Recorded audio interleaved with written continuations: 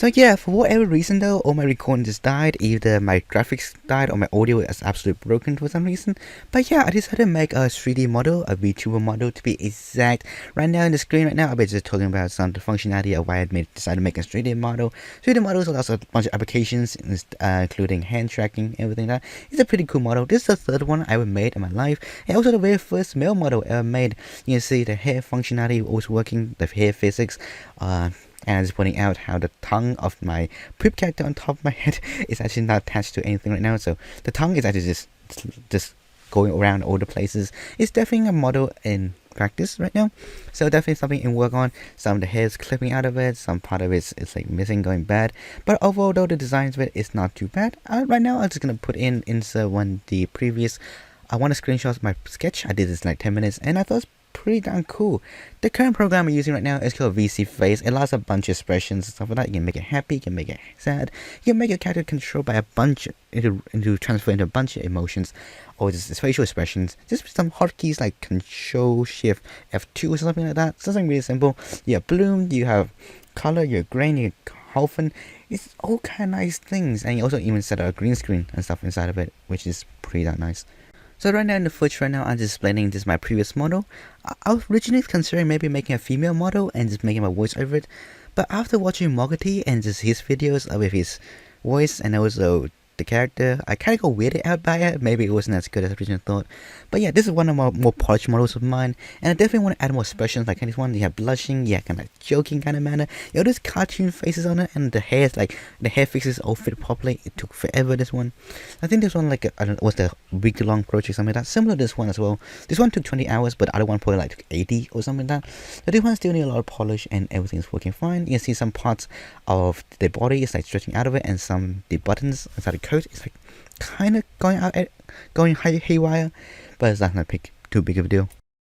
Another pretty interesting thing you can do with this kind of model is something with redraw, and yeah, it allows you to project your characters, move around and stuff like that, and it actually moves according to your mouse. So you have the drawing style, which is using right now, you have the keyboard style, also gaming style, and I'm gonna go in gaming style really soon, but basically it doesn't really work that well. It's actually based off the mouse movements, and since in the game the mouse is always stuck in the middle of it, the face itself won't actually turn. It also uses a controller. I don't like using controllers, I use the keyboard, so it's kind of weird. I do have a controller though, so I might consider using it, but it feels weird. I don't like it, it's finicky, ugh. Yeah. And also, apparently the software is exactly in trial version. I was so sure I bought it, but apparently I did not, and apparently I like stealing things a lot, and yeah, it's whatever, I suppose. Yeah, I personally don't exactly like the fact the head doesn't exactly follow your actual head in real life. So in the previous programs, the character head actually followed you around, and as you move your left or right of your head, as you kind of just follow things around. This one was not.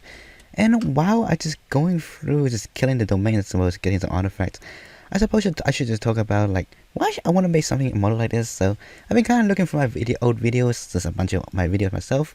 But this has been a project I've been working on for 2 weeks now, and I kind of noticed issue on. But when the channel doesn't have a face, it always feels a bit off, you know.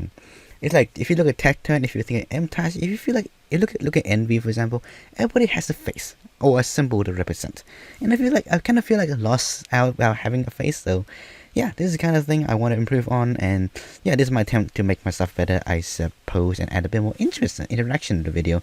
Got hand tracking, got a face tracking, and I think it's pretty neat. So what if you also want to make a model like this similar to mine? Well, mine's actually a custom model I made myself, so this one requires a decent amount of 3D skills. Maybe about deployment and advanced deployment kind of level kind of stuff.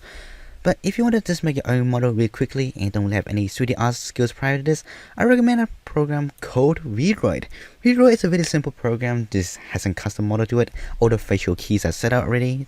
The customization is not exactly that good, but you're able to change the textures of your model, and some people have done some really amazing stuff with it. So definitely recommend that place if you just want something really quick and dirty. Just get that thing out there, and the quality is actually really good as well, and I think everything in there is absolutely free. But if you actually have some 3D experience like that, if you're like someone like me, if you know Blender, if you know Maya, then obviously the options are limitless. Then just rig up your model, set up the blend keys, and everything should be fine, and just need to export everything into Unity as a FBX. And you can just download the VIM packaging for Unity and just convert your FBX file into the VIM file, which is pretty neat as well. So yeah, so this has been basically my summary for everything so far. My character. So this might be my character, and I hope everyone enjoyed it. And this is a small update, and yeah, me trying to improve myself, I suppose. Bye bye.